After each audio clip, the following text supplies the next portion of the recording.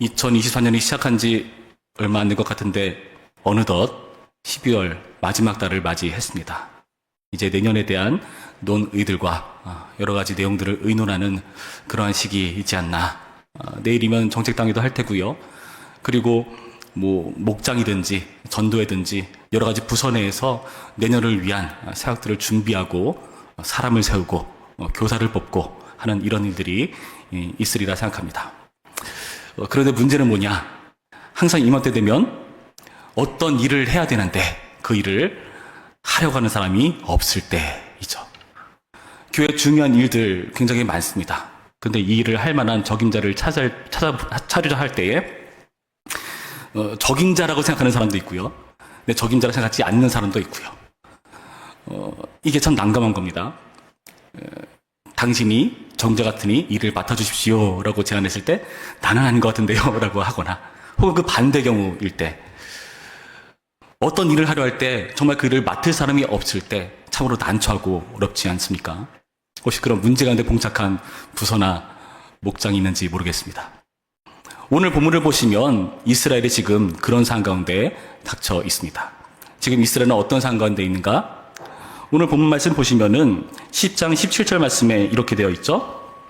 그때 암몬 자손이 모여서 길앗에 진을 쳤으므로 이스라엘 자손도 모여서 미스바에 진을 치고, 그러니까 암몬 자손과 이스라엘의 전쟁 붙기 위한 바로 직전 상황입니다. 전쟁을 치러야 되잖아요. 그런데 문제가 뭡니까? 18절 말씀이죠. 길앗 백성과 방백들이 서로 이르되 누가 먼저 나가서 암몬 자손과 싸움을 시작하랴. 그가 길앗 모든 주민의 머리가 되니라 하니라. 이 말이 왜 나온 걸까요? 지금 상대 암논과 싸워야 되는데 나서는 사람이 없는 겁니다. 그 사람이 있다면 여기 나타난 표현과 같이 그가 모든 주민의 머리가 될 것이다 말을 하잖아요. 그렇게 대단한 제안까지 하고 있는데 이걸 할 만한 사람이 없는 상황 가운데 있다는 겁니다. 여러분, 이게 참으로 난감한 상황이라는 거죠. 싸움을 해야 되는데 싸움을 시작할 사람이 없다. 먼저 총대 들고 멋지게 앞으로 진격할 만한 그런 장군감이 없다는 것. 너무나 난처한 상황 아니겠습니까? 어찌 보면 우리가 경험하는, 지금 이때쯤 경험하는 그런 내용들이 아닌가 하는 생각을 가집니다. 그래서 이 사람들은 어떻게 했는가? 바로 입다라는 인물을 찾아갑니다. 입다는 어떤 인물인가 보시면요, 11장 1절의 표현과 같이 큰 용사였다고 말을 해요. 그래서 이렇게 제안을 하는 거죠. 6절 말씀입니다. 이렇게 되어 있습니다. 입다에게 이르되 우리가 암몬 자손과 싸우려 하니 당신은 와서 우리의 장관이 되라. 거절합니다. 다시 한번 제안합니다. 8절 말씀이죠. 그러므로 길앗 장로들이 입다에게 이르되 이제 우리가 당신을 찾아온 것은 우리 함께 가서 암몬 자손과 싸우게 하려 함이니 그리하면 당신이 우리 길앗 모든 주민의 머리가 되리라 하매. 그래서 이 일에 대한 확인 절차를 꼼꼼하게 입다는 챙기고 나서야 그 일을 추진하는 모습을 오늘 본문은 보여주고 있습니다. 여러분, 입다 입장에서 한번 생각해 볼까요? 이런 제안, 큰 용사인 입다 입장에서 이런 장관이 되라, 머리가 되라 하는 이 제안에 대해서 이렇게 거절하고 확실한 확인 절차를 받아야 되는 그 이유가 무엇이겠습니까? 그 입다의 출생이 어떠한지를 살펴보면 우리가 알 수 있습니다. 1절부터 3절까지의 말씀은 입다가 어떤 인물인지 그 과거를 우리 가운데 소개해주고 있습니다. 1절 말씀 볼까요? 길앗 사람 입다는 큰 용사였으니 기생이 길앗에게서 낳은 아들이었고. 기생이 낳은 아들이라고 표현합니다. 그러니까 적자가 아니라 서자예요. 사생자입니다. 2절 말씀, 길앗의 아내도 그의 아들들을 낳았더라. 그 아내의 아들들이 자라매 입다를 쫓아내며 그에게 이르되 너는 다른 여인의 자식이니 우리 아버지 집에서 기업을 잊지 못하리라 한지라. 이에 입다가 그의 형제들을 피하여 돕 땅에 거주하매. 어떤 일입니까? 다른 실제 적자의 아들들이 입다를 쫓아낸 겁니다. 왜요? 아버지의 기업을 얻지 못하게 하려고. 너는 자격이 없다 하면서 쫓아낸 겁니다. 그래서 그 형제들을 피해서 돕 땅에 거주했다. 여기 나타난 표현과 같이 잡류가 그에게로 모여왔다.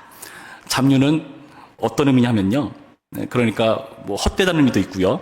그리고 가치가 없다는 의미가 있습니다. 그러니까 아무도 주목하지 않을 만한 그런 인물들, 그런 사람들이 모여온 겁니다. 근데 요 모여왔다는 표현도 어떤 표현인가? 주웠다, 주워 모으다. 여러분은 어떤 걸 줍죠? 떨어진 걸 줍습니다. 그러니까 세상에 주류가 되지 못하고 마치 떨거지처럼 여겨지는 그런 인물들, 그런 사람들이 지금 그의 주위에 모여든 것입니다. 이따는 어떤 사람이죠? 이들에게 있어서 이따는 큰 용사이기 이전에 사생자였고요, 추방자였습니다. 그런 자신의 처지를 이따 입장에서 잘 이해하고 있겠죠. 굉장히 큰 상처가 되었겠죠.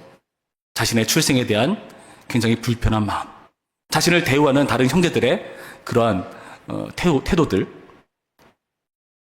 그래서 당연히 거절하는 것이 맞습니다. 그리고 꼼꼼히 그 일을 확인하라는 것이 맞습니다.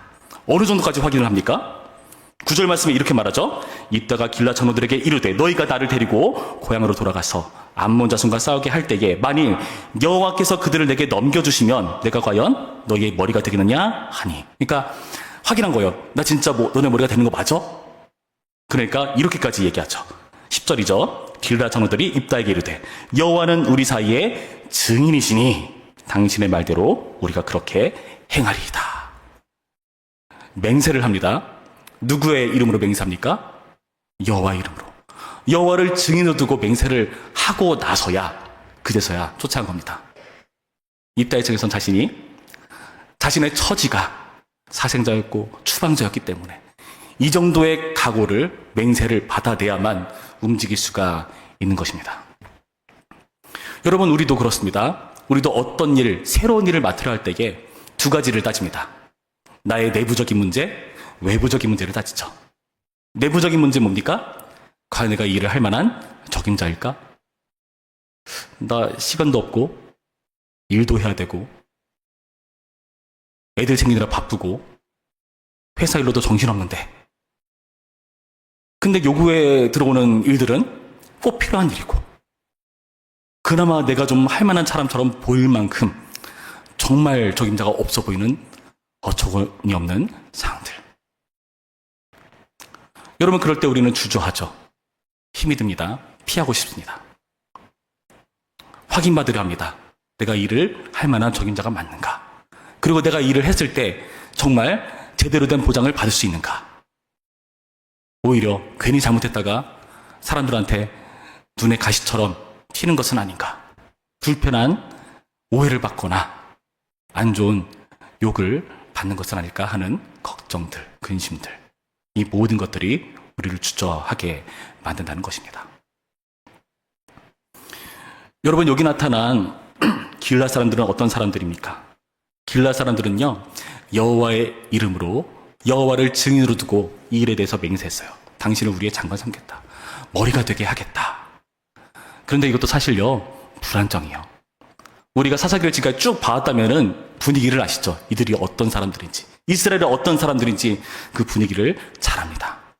그들이 내뱉은 말을 과연 잘 지킨 적이 얼마나 되는가. 그래서요, 우리 앞에 10장 13절 말씀 보시면 하나님께서 이렇게 말씀하실 정도예요. 그러니까 어려운 일에 당했을 때 하나님께 간구하니까요, 하나님께서 이렇게 응답하신 적이 있습니다. 10장 13절 말씀 이렇게 되어 있습니다. 너희가 나를 버리고 다른 신들을 섬기니 그러므로 내가 다시는 너희를 구원하지 아니하리라. 가서 너희가 택한 신들에게 부르짖어 너희의 환난 때에 그들이 너희를 구원하게 하라 하신지라. 나를 버릴 땐 언제고 왜 나를 찾느냐? 너네 신들한테 구하라 말하죠. 이따의 말과 비슷하지 않습니까? 나를 버릴 땐 언제고 왜 이제 와서 나를 찾는가? 나를 추방하더니, 나를 적임자가 아니라고 하더니, 서자, 사생자 취급하더니 왜 이제 와서 부르는가? 이들을 왜 불렀을까요?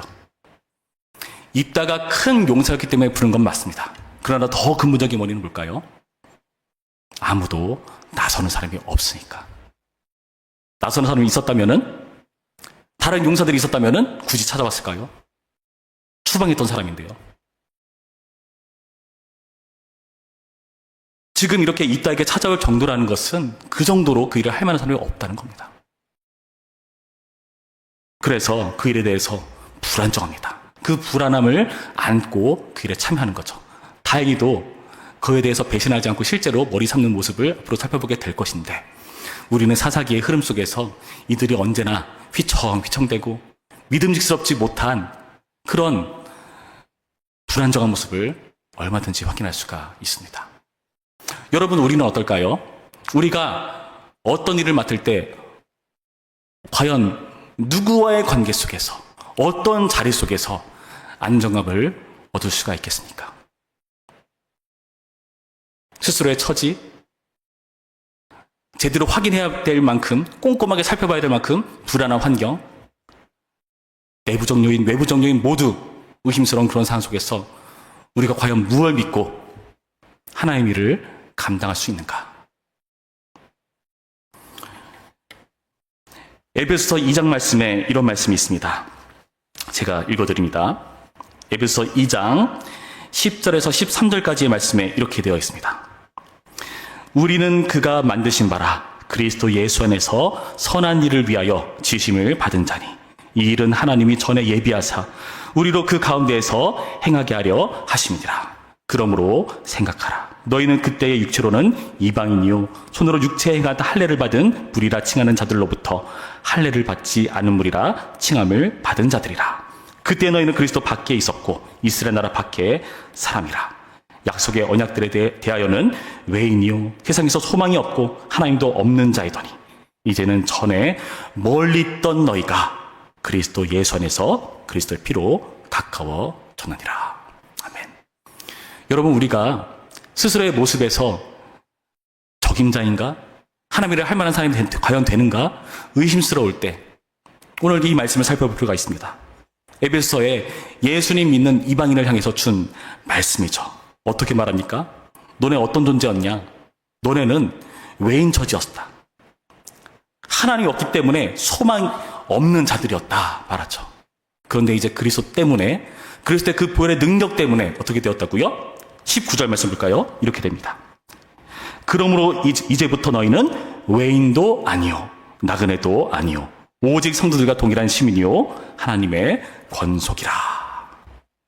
하나님께서 우리 가운데 예수 그리스도의 보혈의 능력으로 이제는 외인이었던 그가 외인이 아닌 존재로, 소망 없던 존재가 이제는 권속으로 하나님의 기업을, 그 유업을 누리는 자가 되었다 밝혀주고 있다는 겁니다.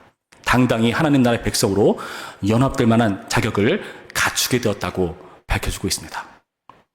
이들은 자격이 없다니까요. 그들의 처지는요, 하나님의 사람이 될 만한 자격이 없었다니까요. 여러분, 우리도 그렇습니다. 우리의 능력, 우리의 처지 보면 할 수 있는 게 과연 몇 개나 있을까요?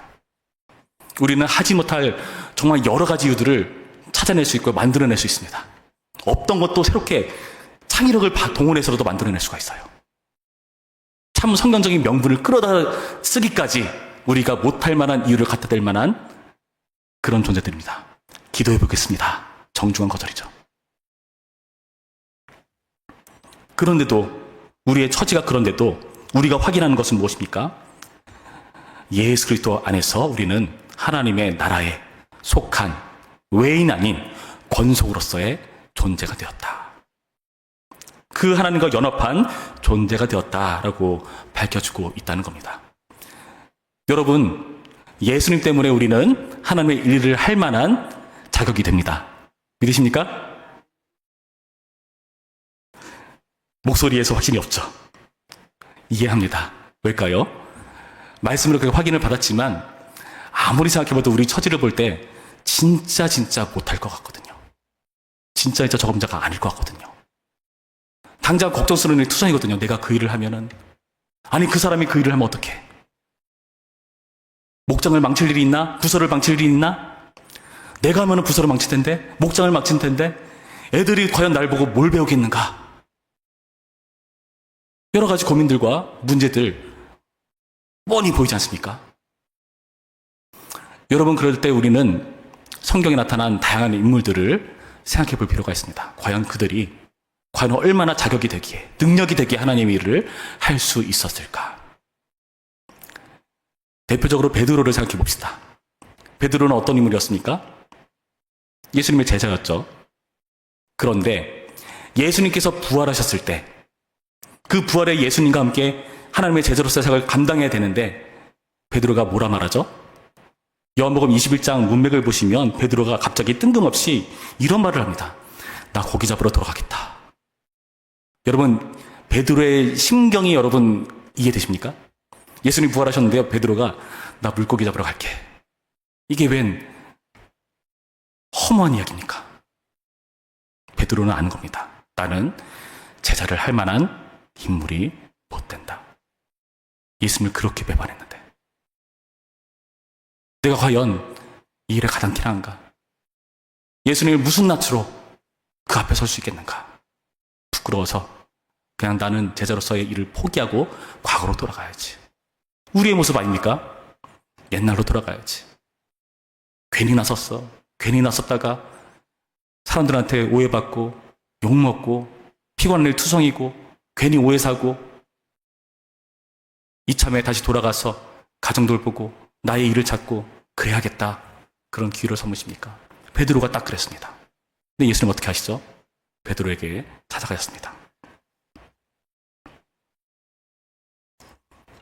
처음 만났을 때의 모습을 그대로 재현하시죠. 그의 소명을 확인시켜 주십니다. 예수님께서 다시 나타나셨을 때요. 세 번째로 다시 나타나신 건데 처음 베드로 만났을 때와 동일한 환경을 그대로 연출하십니다. 그분의 말씀대로 그물을 던지니까 물고기가 가득 넘치게 잡히죠. 베드로 처음 만났을 때도 그랬습니다. 그리고 처음 만났을 때처럼 호칭하십니다.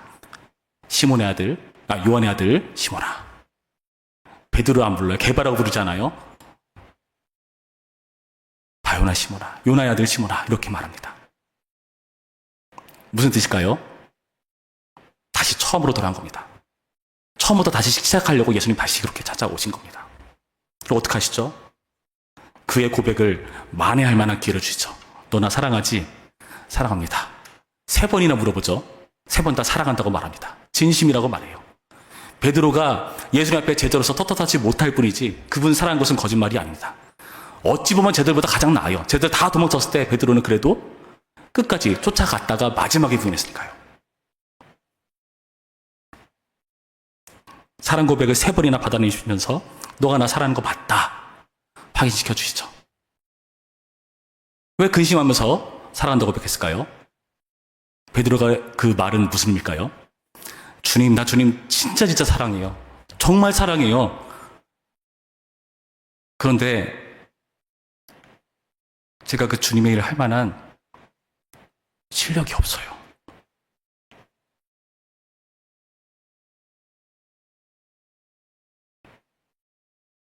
그런 베드로에게 찾아오셔서 처음의 모습 그대로 재현하신 겁니다.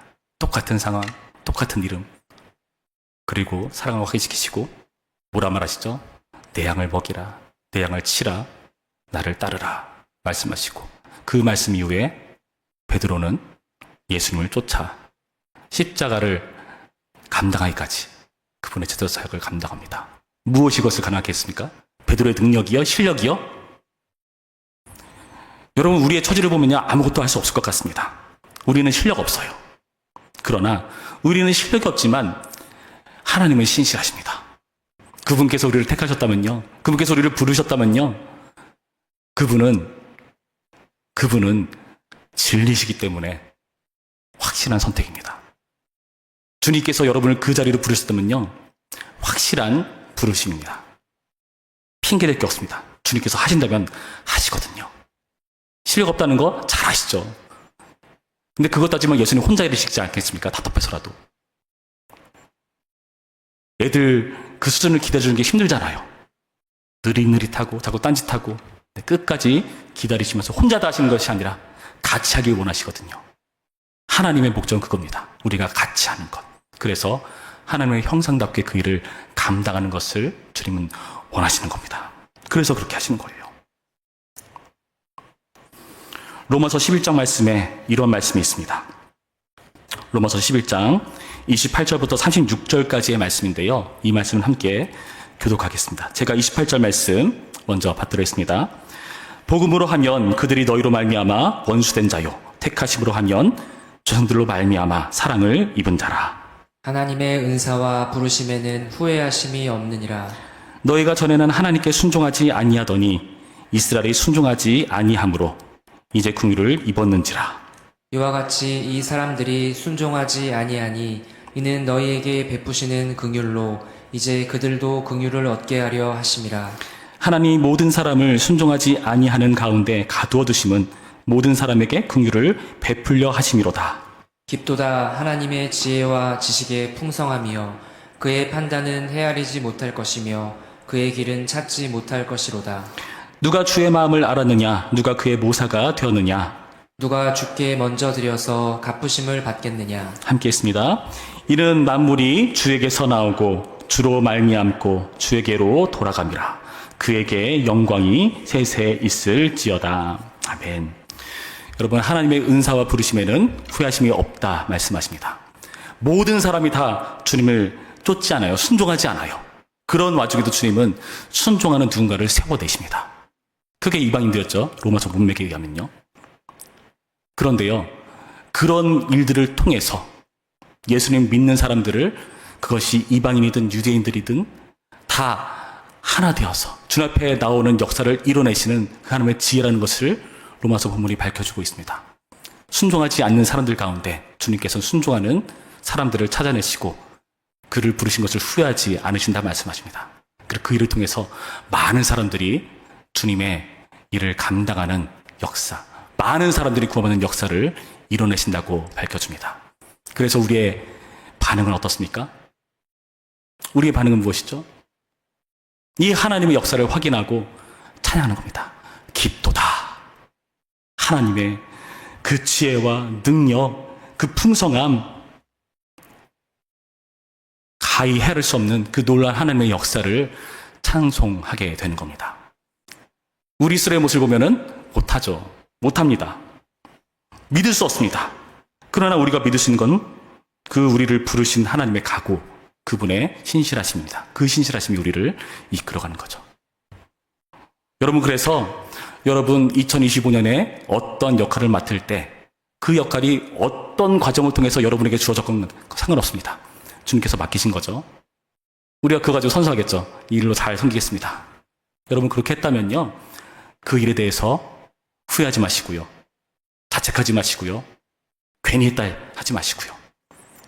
실패해도 괜찮습니다. 주님께서 다시 오실 테니까요. 다시 우리를 세우실 테니까요.